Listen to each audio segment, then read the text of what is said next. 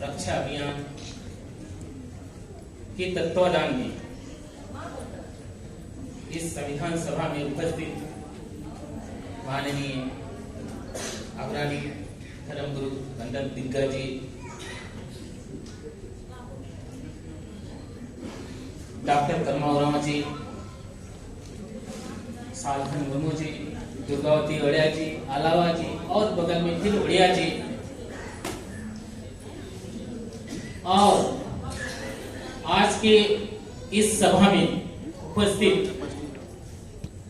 हमारे साथीगण सभी को जोहार। जैसा कि हम जान रहे हैं, इस मुहिम को इस मुकाम तक लाने में कई बैठकों का दौर रहा, काफी अड़चनें भी आई, फिर भी जैसा कि हम देख रहे हैं आपके सामने, नारायण उरांव जी, रवि दिग्गज जी, शिवा कच्छप अभी नहीं है सीट में, वो यहाँ तक कि मानहानि तक केस करने की बात कही हमारे अगुवाओं के ऊपर। उसके बाद अभी अब निर्मला भगत जी हैं। जैसा कि हम उस बैठकों में कैसे ये मैनेज होगा, कैसे हम आगे बढ़ेंगे, वहां कैसे रहेंगे, संगम जी हैं, प्रभात थिर्की जी हैं, तो बहुत सारे लोग इसमें लगे। और आज भी हम जान रहे थे कि लेट हुआ इस बैठक में, क्यों लेट हुई। एक एक आदमी को वहां खाना खिलाना, समय पर सब कुछ व्यवस्था करना, हमको पता नहीं लगता कि नारायण जी और रवि जी सोए कि नहीं सोए, फिर भी हम यहाँ पहुंचे। और जो लेट हुई है उसके लिए मैं भी माफी चाहूंगा, सबसे लास्ट मैं ही आया था। एक एक आदमी को लाने के लिए इनका बहुत बड़ा, यहाँ तक आप देख रहे हैं हॉल भरा हुआ है, इनका बहुत बड़ा देन है। हम तो पहुंच गए, ओला बुक कर दीजिए तो, लेकिन ये एक समाज की बात है। हम जो भी बात कर रहे हैं, निर्णय कर रहे हैं, उसका अमल भी करना है। जैसा कि देखिए, धर्म की बात कर रहे हैं हम लोग, जाति तो हमको दिया गया है, अनुसूचित जाति बोले, आदिवासी बोले, हम ऑलरेडी हैं। लेकिन धर्म की बात है तो जब तक मूल का जो खूंटा हम लोग बोलते हैं, जैसे आपका धार्मिक स्थल, कल हम इस बात पे भी चर्चा हुई थी कि दिल्ली में एक सरना स्थल की जरूरत है। और जैसे कि जहां जहां हमारे लिए जगह ऐसा नहीं है जहां हम लोग पूजा पाठ नहीं कर पाते हैं, बोलते तो हैं, लेकिन हो सकता है हम कभी भी सरना में पूजा करने के लिए नहीं गए। मंदिर 10 बार गए, गिरजाघर गए, गुरुद्वारा भी गए, लेकिन आपका अपना स्थल कभी नहीं गए। तो धर्म की रक्षा, धर्म का विकास स्थान संभव नहीं है। धर्म गुरु की बात होती है। आपने कभी देखा कोई पहान यहाँ आया है, कोई बैगा आया है? हम दुनिया को कोसते हैं, उन्होंने नहीं किया, इन्होंने नहीं किया, लेकिन कहीं ना कहीं हमारी कमियां भी है। अगुआ तो है, लेकिन वो काम करता नहीं है।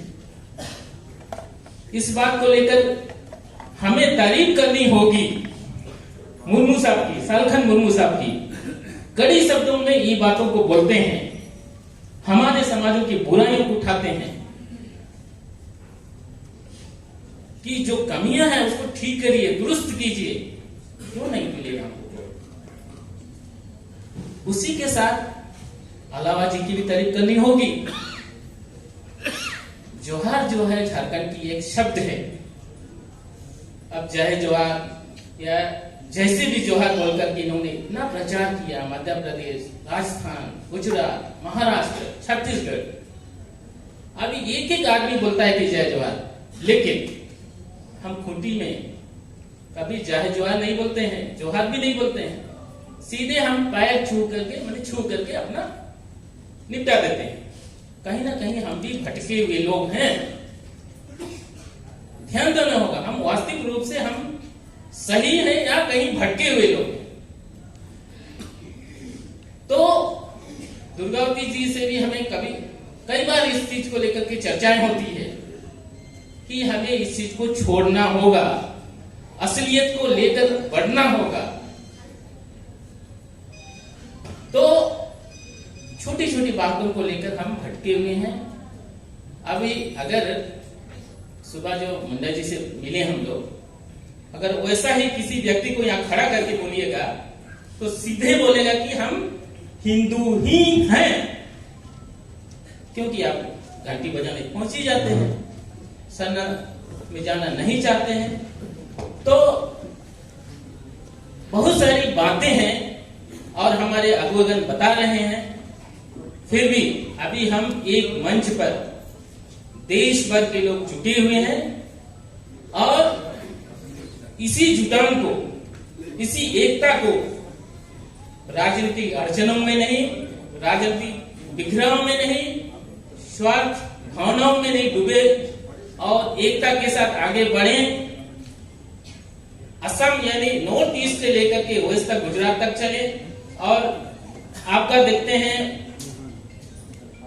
जम्मू कश्मीर से लेकर कन्याकुमारी तक हमें एकजुटता के साथ एक साथ आगे बढ़ना है और वास्तविकता को पहचान कर उसे अपने जीवन में अमल करते हुए, आदिवासी जीवन बोलिए या सरना समाज के जीवन बोलिए, आदिवासी बोलने से तो सब है भाई, ईसाई भी बोलेगा हम भी आदिवासी हैं, हिंदू भी बोलेगा हम भी आदिवासी हैं।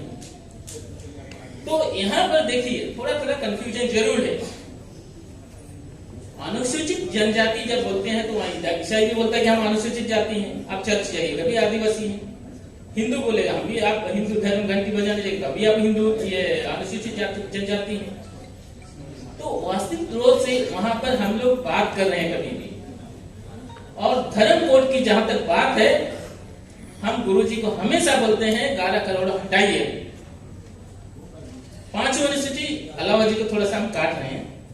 धर्म की बात जहां तक है, 5 अनुसूची और 6ठी अनुसूची जो है उसको भी हम दरकिनार करते हैं, सिर्फ धर्म की बात करते हैं। और मैं ये भी नहीं बोलूंगा कि 5वीं अनुसूची के तहत या 6ठी अनुसूची के तहत कोई आदिवासी हिंदू है या ईसाई है वो अनुसूचित क्षेत्र में ही रहेगा।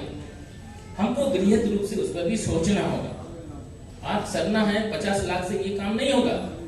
ईसाई जो हमारे अलग हैं इस संगठन से ये काम नहीं होगा। उनको भी शामिल करते हुए, जैसे झारखंड की बात होता है सीएम की एसपीटी एक्ट या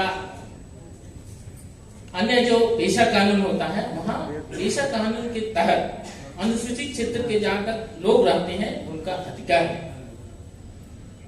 तो बहुत सारी बातें हैं, फिर भी अभी धर्म कोड की बात हो रही है। हमको 50 लाख लोग को ही लेकर के आगे बढ़ना है।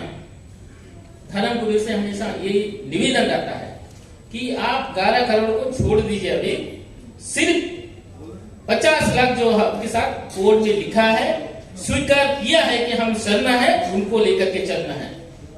उसमें कंफ्यूजन भी पैदा नहीं होगा। तभी सो मुंडा जी भी बोले थे कि आप कभी ये जम्मू कश्मीर गए थे कि वहां के लोग बौद्धिस्ट हो गए हैं। आप बताइए कि वो बौद्धिस्ट बन गए तो हम सरना में कैसे शामिल करेंगे? तो 11 करोड़ की बात होती है तो वहां हो जाता है। तो जहां तक ये थोड़ा सा विवाद का विषय भी है, हम लोग उठाते हैं 11 करोड़ का और लिखते हैं 50 लाख। तो हम लोग 50 लाख को लेकर के चलना है, क्योंकि जैन धर्म के लोग 44 लाख ही हैं 2011 की जनगणना के हिसाब से। तो हम लोग उसी दावा को लेकर के आगे बढ़ेंगे और प्रधानमंत्री हो, महामहिम राष्ट्रपति हो या जनजातीय मंत्रालय के मंत्री हो, गृहमंत्री हो, सबके सामने हम लोग एक तार्किक रूप से इस चीज को व्याख्यान देना होगा, विचार रखेंगे। अगर फिर भी हमारे साथ मतलब नाइंसाफी होती है तो जैसा कि हम लोग बोलते रहते हैं, करो या मरो के तर्ज पर लड़ाई लड़नी होगी और उसी के साथ हम लोग एकता के साथ बढ़ेंगे। तो इन्हीं शब्दों के साथ आप सबों को पुनः जोहार, जय धर्म, जय संघ।